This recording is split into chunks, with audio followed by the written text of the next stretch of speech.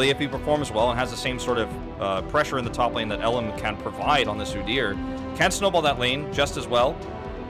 What's really interesting to me is that we saw the Renekton pick actually early over the Rel, instead of trying to look for a counter pick, because this gives the Gangplank opportunity to come in as a response. And you see the Rakan locked in, but if you're still just going to lock in the Rel here, especially after showing it, like hovering it, it feels like this was done in the incorrect order.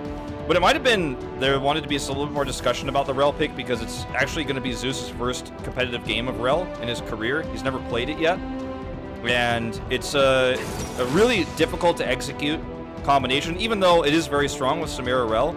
In the laning phase, you have to... Gonna sit here and wait for these Raptors and pick them up right as they spawn. Yeah, really nice timing on this. Knows it so well. Meanwhile, you know, Doran has turned things around. You can see the matchup here. You know, 7-1, but that's results-based, right? It's not more on Ucal than it is on Closer, and he's just not able to be as aggressive without that flash either. You're going to see another Rel attempt here, going awry.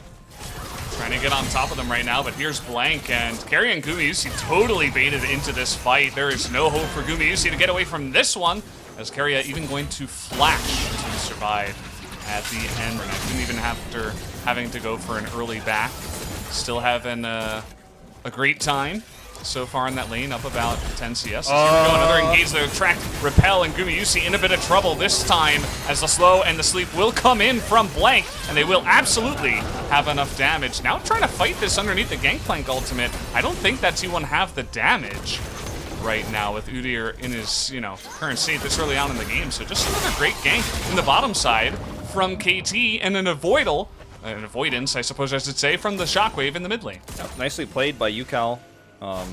This is a disaster. Yeah, Hybrid, he got baited into this one. He has no flash, and I don't know if he has a way out of this.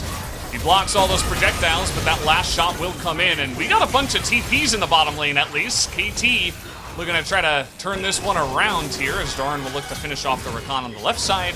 Gumayusi will be taken out eventually on the right side. As an engage here in the mid lane, Ucal getting aggressive once again. Shockwave not even used, as Closer has kind of learned that, okay, he's just going to pop back with that ultimate. And another aggressive trade here from Ucal.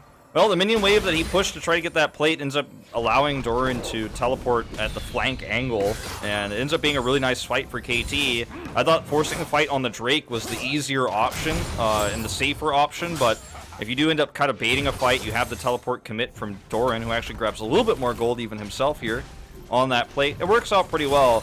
Watch this again. Hybrid is really forcing the issue. Wants that last plate, is what it looks like, right? That's why he's staying here. And it's like, oh man, this guy's overextended. The minion wave is still there, so Doran actually gets a teleport. Whereas if you teleport in early on, you know, for the Gangplank, there's no real great way to come into this. Like, you're just too far away from the fight in every way. So he can't match it. And the rotation comes in. Very well done from Doran. Meanwhile, you know, I thought the ultra... And maybe even potentially take down this turret or force some TPs to come in. 3-on-2, we got the Kaina Barrage to come out, and a full-on charm and so much damage underneath that turret. And yes, we do get that ultimate from Hybrid, but at the end of the day, oh, he's actually going to try to trade this one around, but here comes LM to finally clean up. No teleport used from Closer. They just let the jungler slowly come up and take the trade. And at the end of the day, T1 do move. That is absolutely true.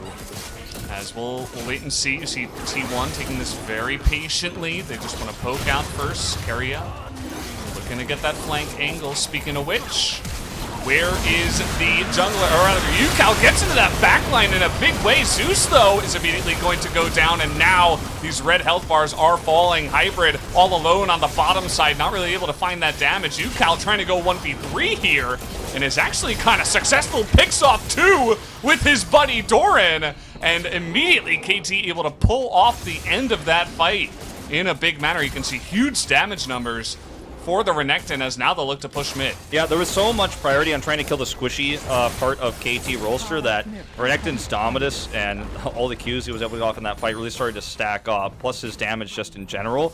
So he was, you know, ignored, as it should be. With the vision control they have, this is just too risky. Teleport's coming through. This is so greedy from KT. They might get away with it, but it doesn't make it right. Now, looking for the engage, he bolts up 2 of them and immediately just chops them in half. That was, I I think T1 saying, oh boy, we gotta stop this Drake from happening, and getting a little bit frantic there. And immediately they separate themselves and kind of do KT's job for them. Yeah, exactly. I mean, that's the best way to put it. They were like, oh, you want to take this crazy skirmishy fight where two of our members are going to get caught by the Yone ult? Okay, we'll deliver that to you. So now they failed to contest the Drake, and KT are going to go ahead and start this Baron.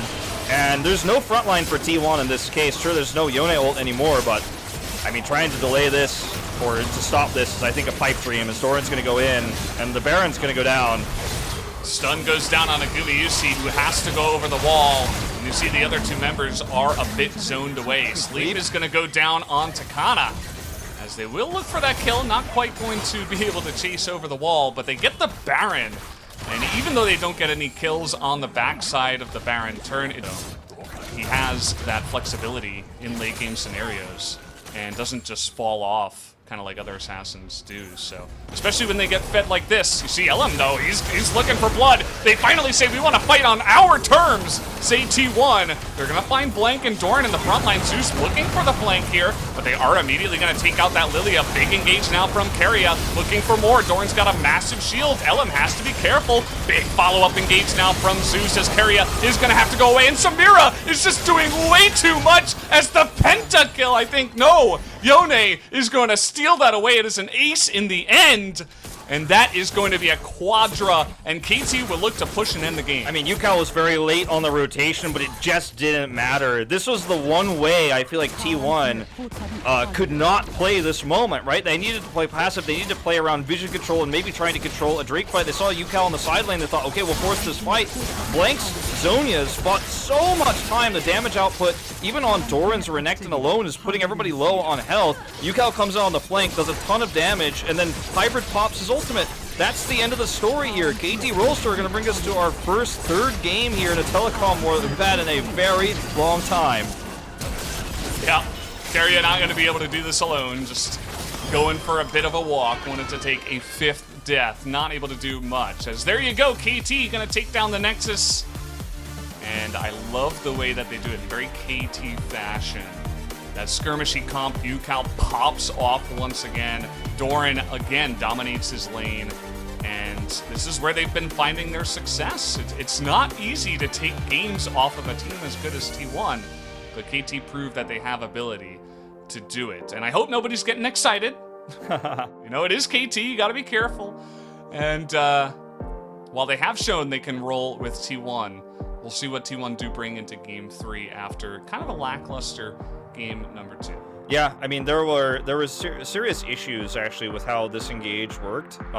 Like, look at they're like, okay, we're going in, we're gonna get the charm onto Blank, we're gonna kill him, right? We're gonna blow him up. But look at all the damage. Doran is just like, hello, I'm doing damage the whole time. Gets a stun onto Elim. Blank flashes away after his Zonias. Gets stunned as the turret starts to get activated. And look where Ucal is. He's like still a million miles away. But T1 still forced the issue onto Doran here, under turret. He then stopwatches, and this fight goes on for way too long. Zeus has a massive ultimate here, and then guess what? Hybrid's ready to press R as everybody gets super low.